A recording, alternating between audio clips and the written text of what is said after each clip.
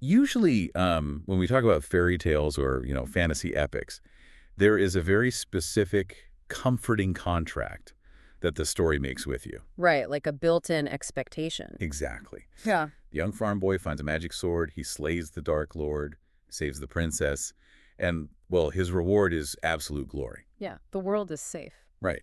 The hero is universally beloved, and he gets to live happily ever after. In that kind of traditional narrative, the magic sword is like the ultimate symbol of righteousness. Oh, total. It is the universe's way of validating that the hero is pure of heart. It creates this comforting binary system of morality. Yes, exactly. The good guy gets the good weapon, the bad guy gets the dark magic, and, the good weapon inherently triumphs over the dark magic. It's a formula that has driven mythology and popular media for centuries, mainly because it makes us feel safe. But then, you step into the world of Hyrule. Oh, boy. Specifically, the version of Hyrule presented in what is widely considered, one of the greatest stories in video game history. And suddenly, that comforting contract is just taken out back and entirely torn to shreds. It really is. We are looking at a narrative landscape where the ultimate symbol of good, the legendary magic sword, is not a boon. It is actually the worst trap imaginable. Yeah, the story completely weaponizes the hero's pure intentions against him, and frankly, against the entire world. Welcome to the Deep Dive. Today, we're taking you on a comprehensive journey through the epic, monumental, and honestly surprisingly devastating plot of The Legend of Zelda, Ocarina of Time. It's a heavy one. It really is. We've pulled together an incredibly rich stack of source materials for this one. We've got comprehensive lore wikis, translated historical design documents, and deep dive developer interviews. We really want to look way past the surface level gameplay. Right, to extract the hidden architecture of the story. Exactly. Because if you only look at the surface, this game perfectly masquerades as that standard fairy tale we just mentioned. Sure does. But when you unpack the developer intent and the actual mechanics of the timeline, plus the grim reality of the in-universe lore, a profoundly different picture emerges. Yeah. This isn't just a simple save the princess story. It really isn't. When you lay it all out, it is a fundamentally tragic coming-of-age story. We are talking about a narrative obsessed with the loss of innocence, the crushing and inescapable weight of destiny, and the apocalyptic consequences of good intentions. Our mission today is to walk through this epic chronologically, to break down the mechanics of the world building, Right. and really to understand how a kid from the forest accidentally fractures the entire franchise's universe into three separate, isolated realities. And to understand how all of this falls apart, we have to start at the very beginning. At the very beginning. We need to go to a place that seems, on the surface at least, like a whimsical fantasy utopia, but is actually hiding a deeply dark geopolitical secret. To really grasp the beginning of Ocarina of Time, we have to step back a decade before the main events of the story even occur. Okay. Developer notes and the official Hyrule Historia lore books paint a very grim picture of the world at this time. 10 years prior, a fierce, bloody Hyrulean civil war was just ravaging the land. Wait, stop right there, because that is a massive tonal shift from what you might expect. Oh, absolutely. You pop in a game known for a cute kid in a green tunic, and the foundational lore is actually a brutal geopolitical civil war. Yeah, it frames everything that follows. Yeah. So, amidst the fires of this war, a gravely injured Hylian mother, a human woman, essentially, is desperately fleeing the violence. Wow. She runs into the forbidden Kokiri forest. Now, this forest is an ancient sanctuary. It's heavily guarded and protected by a massive, sentient, godlike tree known as the Great Deku Tree. Yeah. The magic of the forest naturally deters outsiders. Right. People who wander in are said to become lost forever or they turn into monsters. But this mother doesn't care. She's mortally wounded and she is desperate to save her infant son. So she pushes through. Yeah, she manages to reach the Great Deku Tree and trusts her baby to him, and then she dies. Man, and the Great Deku Tree senses something profound in this baby, right? Like, he recognizes that this child is deeply tied to the destiny of the entire world. Yes, exactly. So he makes this monumental decision to take the human baby in and raise him among his own children. And this baby is Link. Yes. But raising a human child in a magical forest creates immense friction. Link is raised alongside the Kokiri.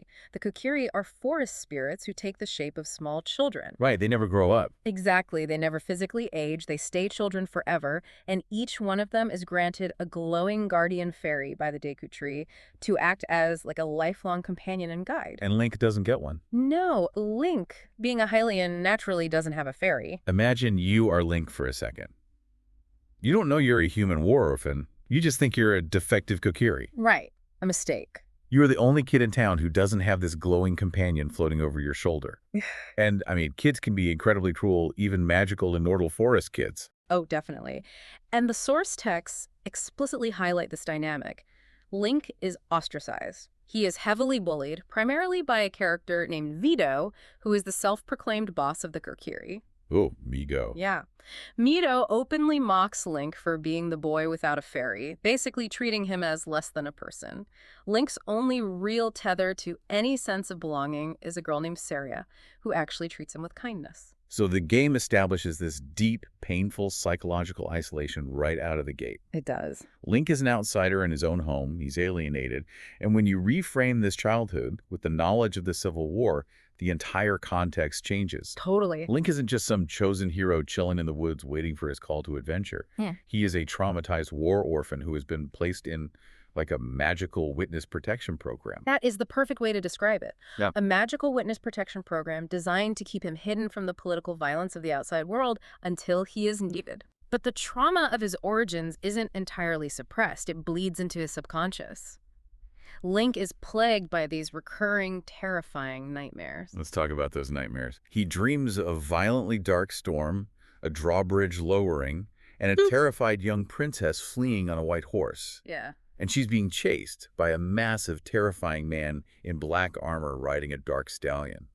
It's visceral and really frightening. And those aren't just bad dreams. They are literal prophecies. The barrier between his mind and the fate of the world is thinning. Right. And the great Deku Tree, who observes all of this, realizes that the time of peace is over. The Civil War might have ended, but a new, far more insidious threat has arrived. So it's that time. Yeah, so the tree finally summons Link. He does this by sending a fairy named Navi to be Link's guide. The moment where Mito and the other bullies realize Link finally has a fairy is great, but the triumph is immediately undercut by the sheer dread of the meeting of the Deku Tree. The tree just looks ancient, tired, and in immense pain. He really does. The tree reveals to Link that a wicked man of the desert recently visited the forest, demanding the tree hand over a sacred artifact. Oh, wow. And when the tree refused, this man cast a horrific death curse on him.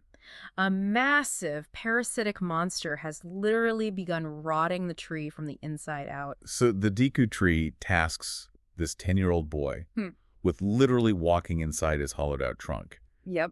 He has to fight through a gauntlet of giant spiders and carnivorous plants to kill the parasite and break the curse, which is, I mean, a huge ask for a kid whose biggest problem yesterday was getting bullied by Mito.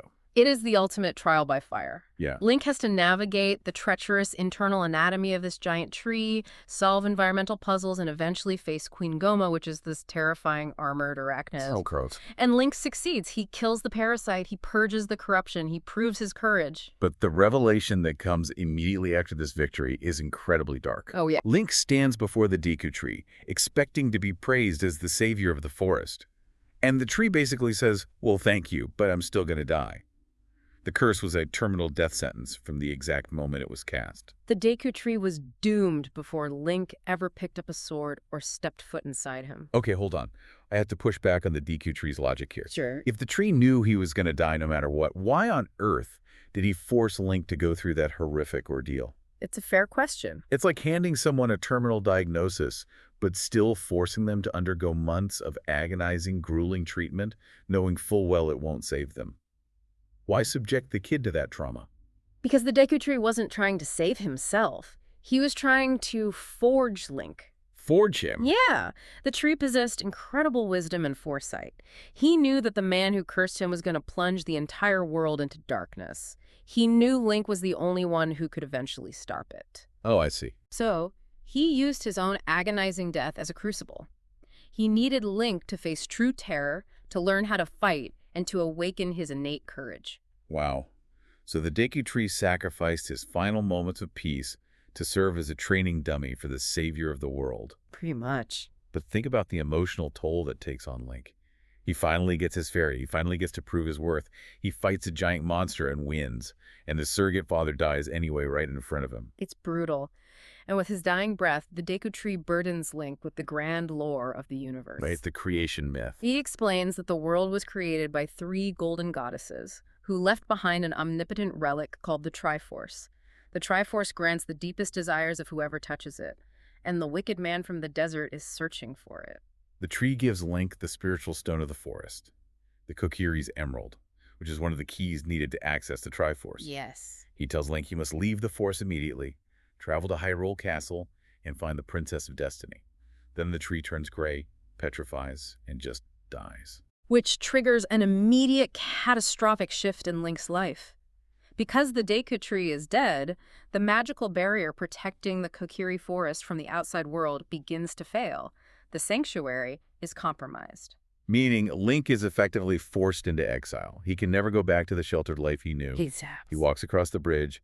Saria gives him a fairy ocarina as a parting gift, and he steps out into the massive, sprawling, totally unfamiliar expanse of Hyrule Field. He transitions instantly from being an ostracized child in a hidden village to stepping directly into the political epicenter of a recovering kingdom. Yeah. He is now on a direct collision course with the very man who has been haunting his nightmares. And crossing Hyrule Field is no joke. The sheer scale of it, compared to the claustrophobic forest, is staggering. It's massive. He makes his way to Hyrule Castletown, which is bustling and vibrant. But he can't just walk up to the front gate and ask for an audience with the royal family, can he? Oh, absolutely not. The security around the castle is incredibly tight, especially given the kingdom's recent history of civil war. Makes sense. The sources detail how Link has to engage in some serious espionage. He sneaks past heavily armed patrols, scales walls, and literally crawls through an unguarded drainage pipe by the castle moat just to infiltrate the inner gardens. I love that a 10-year-old's first act of international diplomacy is a stealth infiltration mission. Right. He finally navigates his way into the serene castle courtyard.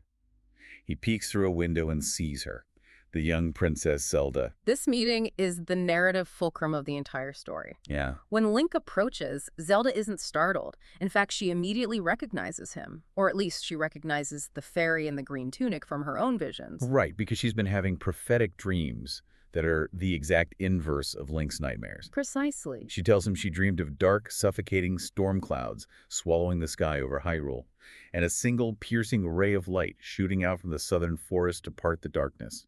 She recognized Link as that ray of light. Zelda is incredibly young, but she carries the burden of a seer. She explains the current political reality to Link. Those dark clouds in her dream symbolize a specific Ganondorf. Ganondorf is the king of the Gerudo, a tribe of thieves from the harsh desert to the west. The lore regarding the Gerudo is fascinating on its own. They are a society comprised entirely of women, where only one single male is born every 100 years. Right. And by their law, that male is destined to be their absolute king, and Ganondorf is that king. Exactly. Ganondorf is currently visiting Hyrule Castle, formally swearing allegiance to the king of Hyrule in an act of apparent diplomacy. Those are the trick. The king, eager to maintain the fragile peace following the Civil War, welcomes him. But Zelda sees right through the facade. She knows his fealty is a lie. She tells Link that Ganondorf isn't there to negotiate trade routes.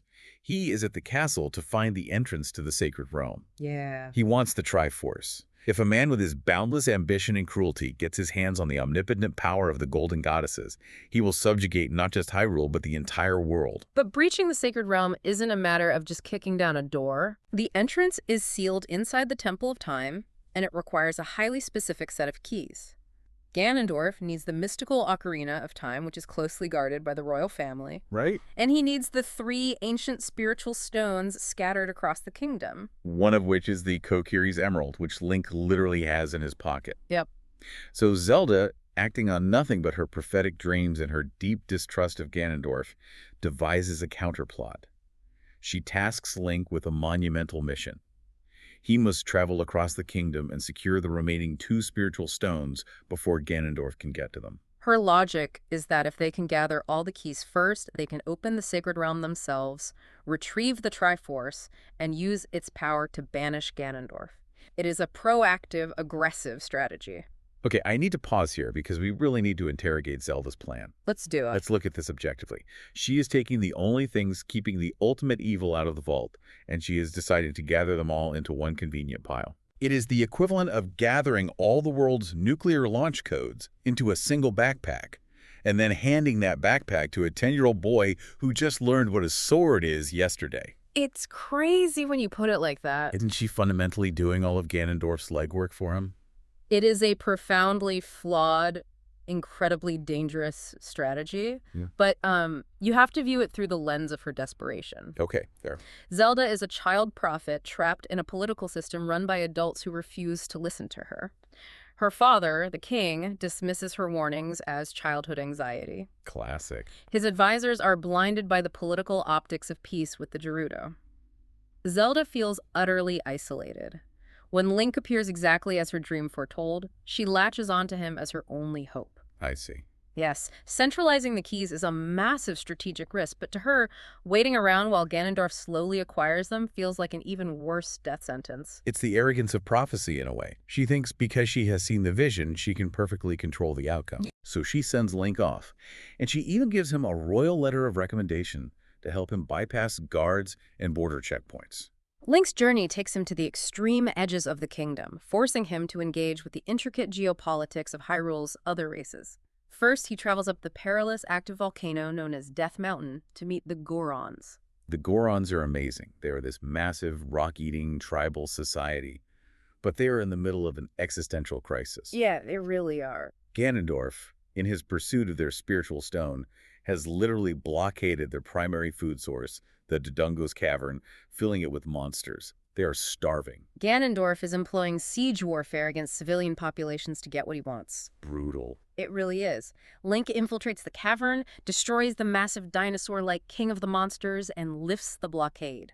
The Goron patriarch, Darunia, is so moved by this act of bravery from a tiny child that he declares Link his sworn brother, welcoming him into their tribe and gifting him the Goron's ruby. From the sweltering heat of the volcano, Link then travels to the absolute opposite extreme Zora's domain. Right. This is a serene, crystalline, aquatic sanctuary hidden behind massive waterfalls. The Zora are an elegant, fish-like people who worship a giant sentient whale deity named Lord Jabu Jabu. Okay. But again, Ganondorf has been here. He infected Lord Jabu Jabu with a horrific internal parasite, causing the deity to swallow the Zora King's rebellious daughter, Princess Ruto. Link essentially gets eaten by this giant fish deity to go rescue the princess. Yep. And Ruto is not your typical damsel in distress. She is incredibly arrogant, demanding, and initially refuses Link's help. She's very stubborn. But as they navigate the gruesome organic puzzles inside the fish's digestive tract, they form a bond. Link saves her, kills the parasite, and they escape. And her reward for him is the Zora Sapphire. But this isn't just a magical rock. Not at all. Not at all. The lore surrounding the Zora Sapphire adds a fascinating layer of cultural tension. Ruto explicitly informs Link that this sapphire is her most precious possession, handed down by her mother. In Zora culture, presenting a man with this specific stone is the absolute equivalent of a formal marriage proposal. She is literally giving him an engagement ring. He's 10 years old, trying to save the world, and suddenly he's engaged to a fish princess. Which brings us to one of the most compelling pieces of developer trivia found in the historical sources. Oh, I can't wait for this. The creators of Ocarina of Time at Nintendo originally envisioned the game incorporating significant dating sim elements. Wait, really? A Zelda dating sim? Yes. Dating sims were, and still are, a massive cultural force in Japanese gaming. Okay, sure. The early concept was that the player, as Link, would navigate romantic affinities and build relationships with key female characters throughout the journey. You had Saria, the devoted childhood friend, Right. Princess Zelda, the regal partner in destiny, and Princess Ruto, the fiery, demanding fiancé. That completely explains why the dialogue in those early sections is so heavily romanticized. It really does. Saria waiting for him on the bridge, giving him her precious ocarina. Ruto literally proposing. Even Malon at the ranch teaching him a song. The game is constantly establishing these deep, affectionate bonds. Absolutely. So why did they scrap the actual dating mechanics? Because the narrative team realized that the overarching trajectory of the plot fundamentally shatters any possibility of a normal life for Link. Oh, wow. As the story evolved into this grand, multiversal tragedy, the writers understood that giving the player the illusion of a romantic choice was ultimately cruel. Because none of those relationships can ever come to fruition. Exactly. The tragedy of his destiny requires him to be isolated. They kept the emotional affection in the dialogue because it raises the emotional stakes, but they removed the player choice mechanics. That's so sad. It is. Link is busy building a life, making friends, earning brotherhoods, and receiving proposals, entirely unaware that the universe is about to ruthlessly rip all of it away. It makes playing through those early sections feel so bittersweet. You are watching a kid build a foundation for a life he will never get to live. And that profound loss is triggered the very moment he completes his mission. Link successfully gathers all 3 spiritual stones. He makes the long trek back across Hyrule Field, heading toward the castle to report his success to Princess Zelda. But as he approaches the castle town, the sky begins to change. Yeah, the atmosphere just drops. The bright blue sky turns a sickly, oppressive gray. The storm clouds from his nightmare and from Zelda's prophecy are rolling in over the castle walls. His worst fear is unfolding in waking reality. The massive wooden drawbridge of the town lowers with a deafening crash. A white horse gallops out frantically, and on its back are Princess Zelda and her Sheikah guardian, Impa. Ganondorf has violently launched his coup. The king is presumed dead, the castle is burning, and Zelda is fleeing for her life. As Zelda rides past Link, she spots him. She knows she can't stop, so she makes a desperate, split-second tactical decision. She physically hurls the Ocarina of Time into the water of the castle moat, ensuring that Ganondorf cannot capture it alongside her. And right on her heels, riding a massive, terrifying black stallion, is the king of evil himself. Ganondorf bursts out of the gates. And Link, acting on pure instinctive courage, draws his tiny sword and shield and steps into the path of this towering warlord. He tries to be the hero, he tries to stop him, and what happens? Ganondorf barely even registers Link as a credible threat. He reins in his horse, looks down at this child with absolute contempt, and casually raises a hand. Just casually. Without breaking a sweat, he blasts Link with a sphere of dark magic. Link is thrown back, completely incapacitated. Ganondorf mocks him, calling him a pathetic little fool, laughs, and rides off to continue hunting the princess. It is a humiliating, brutal reality check. The courage that defeated giant spiders and dinosaurs means absolutely nothing against true, dark political power. Link is just an ant to him. But Link recovers. He dives into the murky water of the moat and retrieves the Ocarina of Time. And the moment he touches the instrument, he receives a powerful telepathic message from Zelda. She teaches him the Song of Time and instructs him to head immediately to the Temple of Time. Her plan is still in motion. Her plan is still in motion. Link must open the sacred realm before Ganondorf returns. So Link runs to the Temple of Time. It is this massive, silent, cathedral-like structure in the center of town. Yeah. He walks up to the altar, places the 3 spiritual stones into their designated slots, and plays the Song of Time on the ocarina. The magic activates. The massive stone door of time slowly grinds open, revealing an inner sanctuary. Okay, here we go. And there, resting in a pedestal bathed in a single shaft of divine light, is the legendary Master Sword, the Blade of Evil's Bane. This is the moment. This is the fairy tale promise. Yeah. Steps up to the pedestal, grabs the hilt of the sword, and pulls it from the stone. Right. The triumphant music swells. He holds the glowing blade aloft, ready to receive the power to smite the wicked. Except the music abruptly stops. Oh no. The glowing light fades, and Link's consciousness is violently ripped away. This is where the game fundamentally breaks the rules of fantasy. Yeah. Hold on. He pulls the sword, but he doesn't get the power. Is the sword malfunctioning? Or is it literally rejecting him? It is rejecting his physical form. Yep. This twist redefines the entire Zelda franchise. Oh, so. The Master Sword is an ancient, sentient artifact governed by incredibly rigid, inflexible magical bureaucracy. When Link pulls the sword, the blade peers into his soul. It judges his spirit as pure and worthy. Okay, good.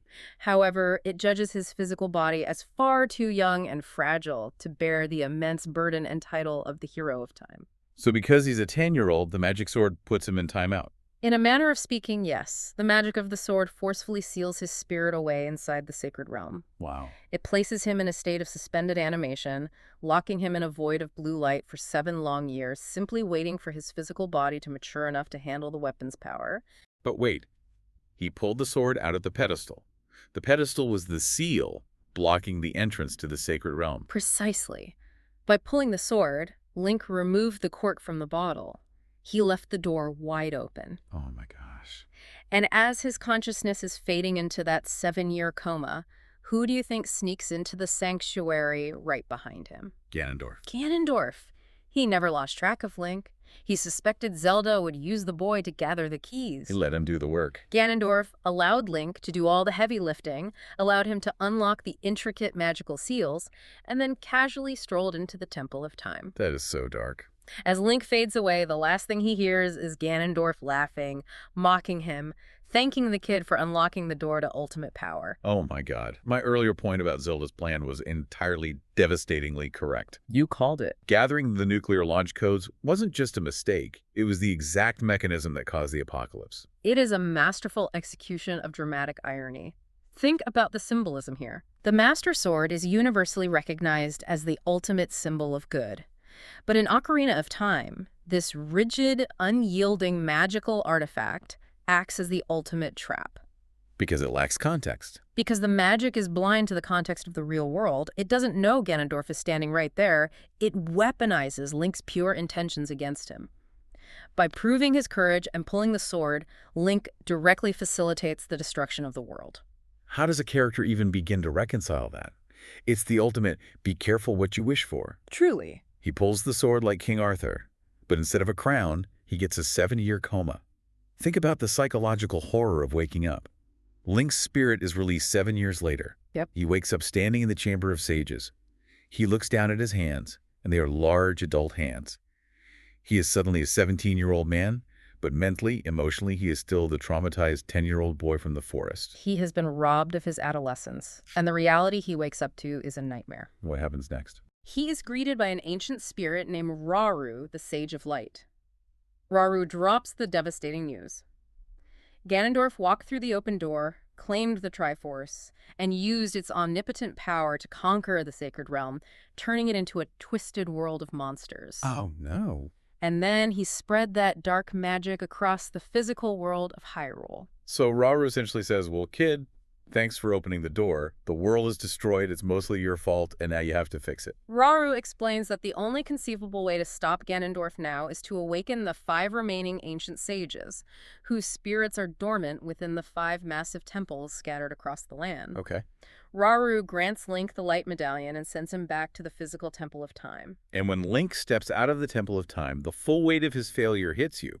You walk out in the Hyrule Castletown Market, the place that was bustling with jugglers and laughing citizens just a few subjective hours ago for Link. Right, it was so vibrant. Now, the sky is black. The buildings are ruined husks. And the streets are entirely populated by re-deads, these horrifying, screaming, paralyzing zombies. The environmental storytelling is harrowing. It visually reinforces the catastrophic cost of his 7-year absence. Yeah. Amidst this ruin, Link meets a mysterious figure, a survivor from the elusive Sheikah tribe, wrapped in bandages and playing a harp, who introduces himself as Sheik. Sheik is incredibly cryptic, but serves as Link's only guide in this post-apocalyptic wasteland. Exactly. Sheik directs Link to travel to the various temples to break Ganondorf's curses and awaken the sages. Armed finally with the Master Sword, the adult Link sets out. He journeys back into the deep forest, up to the volatile crater of the volcano, down into the frozen depths of the lake, into the subterranean horrors of the graveyard, and across the haunted desert. He has to fight through absolute nightmares. Yeah, the Shadow Temple and the bottom of the, well, in particular, are essentially medieval torture chambers, revealing the deeply bloody, hidden history of the Hyrulean royal family. Link is seeing the ugly truth of the world he is trying to save. But the true narrative brilliance and the true heartbreak of this entire phase of the game lies in who these new sages turn out to be. Right. As Link systematically clears each temple and breaks the dark curses, he discovers the identities of the individuals destined to inherit the ancient sage power. And it's a gut punch every single time. It's Saria, his only childhood friend, for the Forest Temple. Yeah. It's Darunia, his sworn brother, for the Fire Temple. It's Princess Ruto, his fiancée, for the Water Temple. Impa, Zelda's guardian, for the Shadow Temple. And Naboru, a noble Gerudo rebel who opposed Ganondorf for the Spirit Temple. Link fights massive, terrifying bosses to free them. He awakens their dormant divine powers. They each bestow their elemental medallions upon him, granting him the collective magical energy he will need to breach the defenses of Ganondorf's fortress. But this quest is completely steeped in tragedy. It is. Let me make sure I'm understanding the mechanics of becoming a sage here. When they awaken to this power, they don't just get magical abilities and go back to leading their people, do they? No, they don't. Awakening as a sage requires a fundamental severance from mortality. Wow. To wield this divine power to save the world, these characters must abandon their physical lives. They transcend their physical forms, their spirits relocating permanently to the sacred realm. So they're gone. They can never return to their tribes, they can never rule their people, they can never live normal lives again. Wait, so Link's reward for saving his friends is that they're essentially drafted into a cosmic priesthood forever. Basically, yes. That means he is fundamentally severed from the only people he actually cares about. Precisely. Remember our earlier discussion about the scrapped dating sim elements? Yes. The emotional weight of that scrapped concept hits its absolute peak during these awakenings. Link's loved ones, the girl who gave him his ocarina on the bridge, the princess who gave him her engagement ring, literally ascend to become untouchable deities. He saves them, only to lose them forever to a higher cosmic calling. Exactly. It is so incredibly cruel. It feels like Link and all of his friends are just disposable pawns being moved around a chessboard by the golden goddesses. It really does. Every single victory he achieves comes with a profound, irreversible personal loss. The isolation he felt as a bullied kid in the forest is now magnified to a universal scale. He is the hero of time, and he is entirely, profoundly alone. The emotional attrition is immense. But Link pushes through. With all 6 elemental sages finally awakened, the metaphysical board is fully set. He has the power to build the bridge. Right. Link is instructed to return to the Temple of Time, which leads us to the grand climax and the most significant lore revelation in the franchise. Link walks back into the Temple of Time, and Sheik is waiting for him.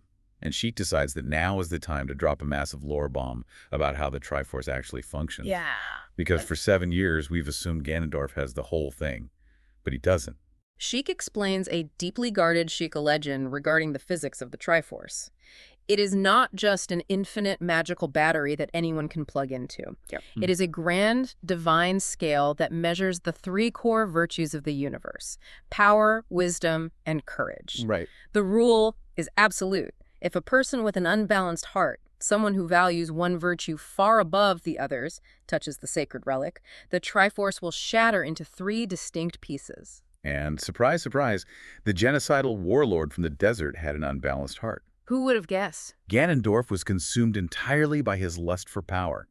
He had no wisdom, and his courage was merely arrogance. So when he touched the Triforce 7 years ago, it fractured. Ganondorf was only able to retain the piece that most aligned with his soul, the Triforce of power. What happened to the rest? The other 2 pieces, wisdom and courage, scattered across the cosmos, actively seeking out the individuals chosen by destiny to bear them.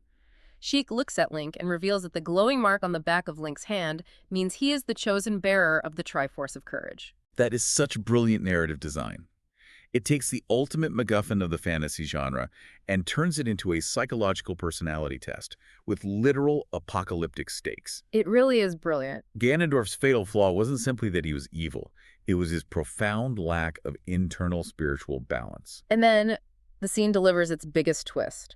Sheik explains that the bearer of the Triforce of Wisdom is the 7th sage, the leader destined to coordinate the other 6. Oh, man. Sheik steps into the divine light of the temple, uses a burst of ancient magic to shed his disguise, and reveals himself to be Princess Zelda. My mind was entirely blown the first time I saw this. Sheik, the ninja who has been dropping poetry and teaching you teleportation songs, is Princess Zelda. She is the 7th sage. She explains that when Ganondorf attacked 7 years ago, she realized her massive error. Finally. She knew she couldn't fight him head-on with her physical strength. She had to rely on her defining virtue wisdom. She completely erased her own identity, disguised herself as a male Sheikah warrior to hide in plain sight, and waited in the shadows for 7 agonizing years until Link finally awakened.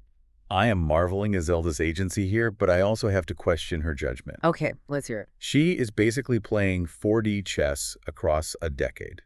She recognizes her childhood mistake, adapts, and survives. She guides Link perfectly. But does her immense guilt over causing this apocalypse blind her to the obvious trap she is currently walking into? That is a highly astute observation. Zelda is brilliant, but in this moment she becomes hyper-focused on the execution of her final plan. Right. She explains that the six awakened sages will combine their power to open a void to the evil realm, and she, as the seventh sage, will use her magic to seal Ganondorf inside forever. She is so focused on the finish line that she makes a fatal miscalculation. Which is? By magically revealing her true identity to Link, she simultaneously broadcasts her exact location and magical signature to Ganondorf. She literally hands Link the magical light arrows, apologizes for having to deceive him, and then bam, the trap is sprung instantly. Ganondorf is a master tactician. He knew he couldn't penetrate Sheikah cloaking magic, so he just waited. Wow. He let Link run around the world awakening the sages, knowing with absolute certainty that Link's actions would eventually force Zelda to reveal herself. The moment she drops the disguise, Ganondorf casts a dark, localized spell inside the Temple of Time, encasing Zelda in a floating prison of dark crystal. He abducts the princess right in front of Link's eyes. He teleports her to Ganon's castle, which is this terrifying floating fortress of obsidian and lava that he built directly over the ruins of her childhood home, Hyrule Castle. Exactly. Ganondorf's disembodied voice echoes through the temple, mocking Link, goading him to follow if he dares. The board is set, the pieces are captured. Link has absolutely no choice but to march directly into the belly of the beast. So Link leaves the temple and approaches the massive, ominous fortress of Ganon's castle.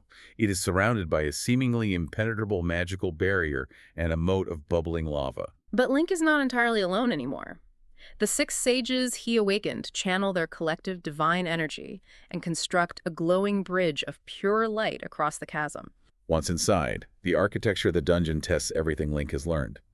The central tower is protected by 6 elemental barriers, each corresponding to a temple he previously conquered. Right. Link has to systematically infiltrate these subchambers, using the light arrows to shatter the magical cores, dismantling Ganondorf's defenses piece by piece. And all the while, as he begins to ascend the massive, spiraling central tower of the keep, he hears music. Yes, the music. It's not background music, it's diegetic. Ganondorf is sitting at the very top of the tower, playing a haunting, oppressive melody on a massive pipe organ. The music gets louder and more distorted the higher Link climbs. The tension is unbelievable. It is a masterclass in atmospheric buildup. When Link finally kicks open the doors to the throne room, the music stops. Ganondorf is waiting. And the battle that ensues is a fierce, elevated duel of magic and steel. Ganondorf uses the Triforce of power to levitate, hurling spheres of dark energy at Link. It's like magical tennis. Exactly. Link must use the Master Sword to reflect these attacks, a deadly, high-speed game of magical tennis, until Ganondorf's own energy breaches his guard and stuns him. Once he's stunned, Link snipes him out of the air with a light arrow, rushes in, and slashes him with the Master Sword. It's grueling, but eventually, Ganondorf falls to his knees. He is defeated. He coughs up blood, which, by the way, the source's note was actually censored from bright red to a murky green in later re-releases of the game to maintain an E for everyone rating in the West. Right, the censorship history reflects how genuinely violent and intense this climax was for its era. Narratively, however, the intensity only escalates. What does he do? With his dying breath, Ganondorf uses the last reserves of his dark magic to destabilize the very foundations of the tower. He attempts to bring the entire massive castle down on top of them. Zelda is freed from her crystal prison as Ganondorf's magic falters. And now, the game shifts from a boss fight to a frantic escape sequence. Link and Zelda have to sprint down the crumbling, spiraling staircases of the tower, Dodging massive falling boulders and battling trapped enemies with a strict timer counting down to total annihilation. They burst out of the entrance just as the central keep collapses behind them. They run to a safe distance and watch as the dark monument of Ganondorf's reign is reduced to a massive, smoking crater of rubble. The sky is quiet. They take a deep breath. It appears to be over. Except if you know anything about this genre, you know it is never over. Definitely not. From the dead center of the smoking ruins, a sudden, terrifying noise breaks the silence. Link steps forward, alone, to investigate the wreckage. And suddenly, Ganondorf bursts violently from beneath the rubble. Oh my god. He is pushed to his absolute physical and mental limit. He is enraged beyond reason. He looks at Link, the child who ruined his decade of conquest, and calls upon the absolute, unfiltered might of the Triforce of power. The raw divine energy is too much for his unstable mind, and it physically mutates his body. He transforms. The humanoid Gerudo King expands, his armor shattering as he morphs into his true inner form, a towering, demonic, bipedal, boar-like creature wielding two massive swords. This is the Demon King, Ganon. The thematic resonance of this transformation is profoundly important. How so? Earlier, we noted that Ganondorf possessed an unbalanced heart. He lacked a strong and righteous mind. That lack of internal harmony meant he could never truly control the power of the gods. It controlled him. I see. Now, stripped of his suave, calculating political exterior, his lust for violence has literally reduced him to a mindless, raging beast. The terrifying exterior finally matches the corrupted interior. And Ganon immediately demonstrates his dominance. With a single, brutal swing of his massive sword, he knocks the Master Sword entirely out of Link's hand. Yeah, that's panic-inducing. The legendary blade flies across the arena and lands completely out of reach, outside a massive ring of magical fire that Ganon summons to trap Link in close-quarters combat. Link is forcefully separated from his primary tool of destiny. He is trapped in a burning ring with a towering demon, forced to fight for his life, using only his secondary tools. Like the Megaton Hammer. Right, dodging and rolling, desperately trying to strike the beast's unprotected tail. It is sheer survival horror at this point. He has to inflict enough blunt force trauma to the beast to make it falter, causing the ring of fire to drop just long enough for Link to sprint across the battlefield and reclaim the Master Sword. Once Link retrieves the Blade of Evil's Bane, the climax reaches its zenith. Zelda uses the full extent of her sage magic to pin the writhing beast to the ground with a blinding pillar of light. She screams for Link to deliver the final blow. And according to the historical documentation, the original animation for this execution was shockingly visceral. It was. Link charges, leaps into the air, savagely slashes the beast across the face, and then thrusts the glowing blade of the Master Sword directly down into Ganon's monstrous mouth, impaling him into the earth. The sheer violence of that final strike was so explicit that when Nintendo remade the game for the 3DS years later, they altered the animation so Link stabs Ganon in the forehead instead. Really? Yeah. But regardless of the specific anatomy, the narrative result is identical. The beast is utterly subdued. The 6 sages channel their power from the sacred realm, and Zelda unleashes a wave of magic, tearing open a void and sealing Ganon away in the dark dimension. Okay, I have to ask for clarification on the cosmic stakes of this ending. Go for it. When Link impales him and the sages seal him, is Ganondorf actually dead? Or is he just getting put as a cosmic timeout? Because as he gets sucked into the void, the Triforce of power is still glowing on the back of his hand. That is the tragic reality of their victory. Ganondorf is not dead. He is sealed alive. Oh, no. And as he is dragged into the abyss, he does not repent. He screams a terrifying curse into the void, swearing that as long as he holds the Triforce of power, he will eventually break the seal, return to the world of light, and exterminate their descendants. Oh, they didn't really finish it. The heroes won the battle, but they fundamentally failed to resolve the war. It is a hollow victory that guarantees future suffering. Which perfectly and tragically sets up the final phase of our deep dive. The lore goes from a complex fantasy narrative to an absolute multiversal mind-bender, because what happens next permanently shatters the Zelda franchise. With the Dark Lord sealed, the sky over Hyrule clears. Peace is technically restored. The people of Hyrule, unaware of the cosmic horror that just transpired, begin to celebrate in the ruins. But Zelda and Link are left standing in the clouds. Right. And Zelda, looking at the battle-scarred teenager before her, realizes the immense, unforgivable injustice that has been done to him. He was entirely robbed of his childhood. He went to sleep as a 10-year-old outcast and woke up as a teenage soldier forced to fight a war he didn't start. Zelda feels entirely responsible for his suffering.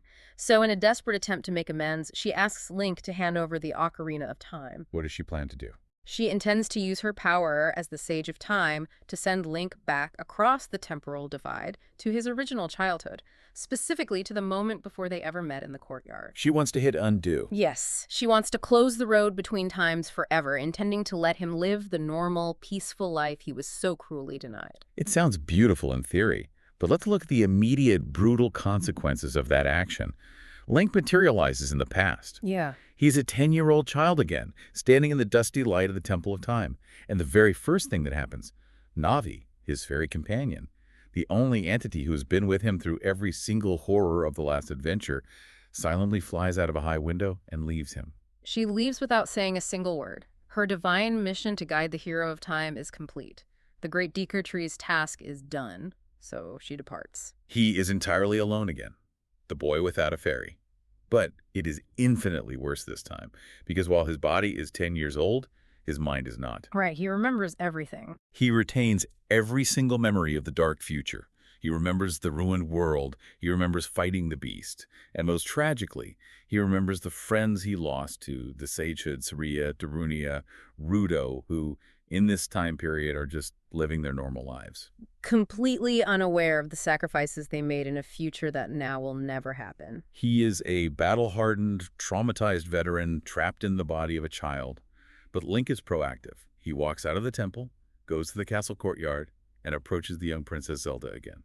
But this time, he doesn't play along with her theories. No, he warns her. He tells her, and presumably the king, exactly what Ganondorf is going to do. By acting on his future knowledge, he prevents the events of the entire game from ever occurring in this timeline. And this specific action, this attempt to fix the past, is the exact moment the timeline fractures. Here we go. According to the official Hyrule History Encyclopedia, this ending literally breaks the universe into 3 distinct parallel realities. Let's explain how this multiversal physics works. The easiest way to understand the timeline split is to think of it like editing a deeply complex document on a computer. Okay, I like this analogy. Walk me through it. Well, think of it this way. Timeline 1 is the child timeline. This is what happens when Link hits Said Az and starts writing a brand new story based on his warning. Oh. Because Link exposes Ganondorf's plot before the coup happens, Ganondorf is arrested. Years later, he is subjected to a botched execution, which leads directly into the dark, Twilight-infused events of the game Twilight Princess. That makes sense. Meanwhile, Link, unable to cope with his trauma and isolation, leaves Hyrule entirely to search the woods for his lost fairy, Navi.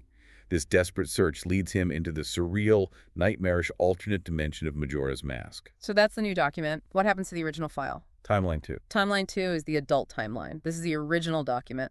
This is the future world that Link saved from Beast Ganon. Right, the one he left behind. When Zelda used her magic to send Link back to the past, she essentially hit cut on Link's existence, removing him from that file entirely. But the document keeps running without him. The world continues on. Hold on. Oh my god. I never thought about the physics of her choice like that. By trying to give Link a happy ending and sending him away, Zelda literally creates a universe where her kingdom is left completely defenseless. It's like stopping a bank robbery by accidentally locking yourself inside the vault with the robber. It is the ultimate catastrophic unintended consequence. That is wild. She saved the boy, but doomed her descendants.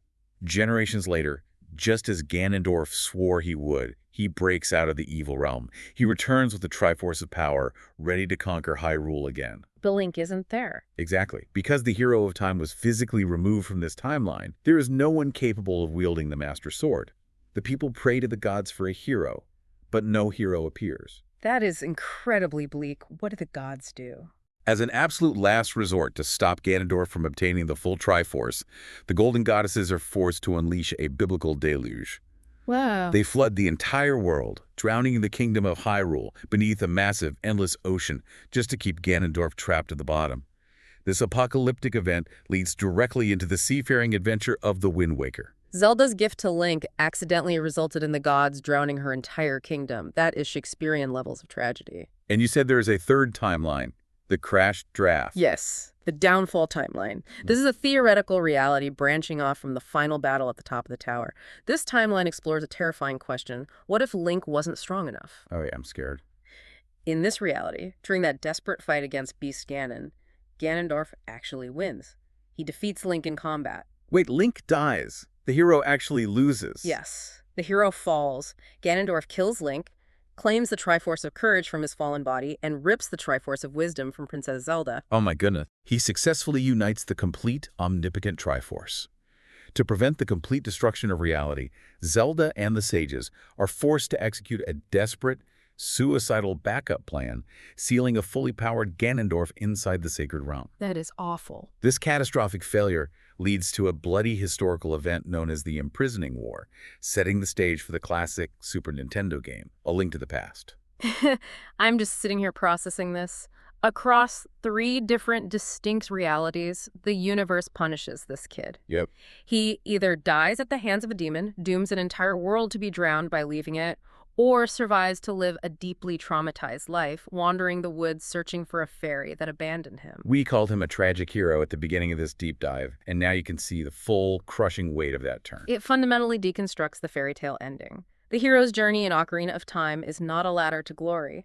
It is a closed loop of profound sacrifice. He gives up his entire childhood to save the future, and then he is forced to give up his future in a desperate attempt to regain his childhood. Ultimately, he ends up belonging to neither time period. He is an anomaly in the universe. As we wrap up this massive exploration, it is just staggering to look at the sheer narrative density of Ocarina of Time. What starts for the player as a seemingly simple, colorful quest to collect 3 shiny rocks unravels into a multidimensional psychological horror story. About the physics of time, the cruelty of destiny, and the terrible hidden cost of heroism. It demands that you fundamentally reevaluate what it means to win. It leaves us with a rather profound, provocative thought experiment based on the source text. Okay, right. Consider the Link of the Child timeline, the one who warned Zelda and stopped the war. Imagine him a few days later walking through the bustling, peaceful Hyrule Castle Town Market. Just a kid in a green tunic blending into the crowd. Exactly. He is walking past the jugglers, looking at the merchants selling goods, watching couples laugh and live their daily lives. The sun is shining. The world is safe. Yeah. But he is the only person in the entire universe who knows exactly what it smells like when those buildings burn.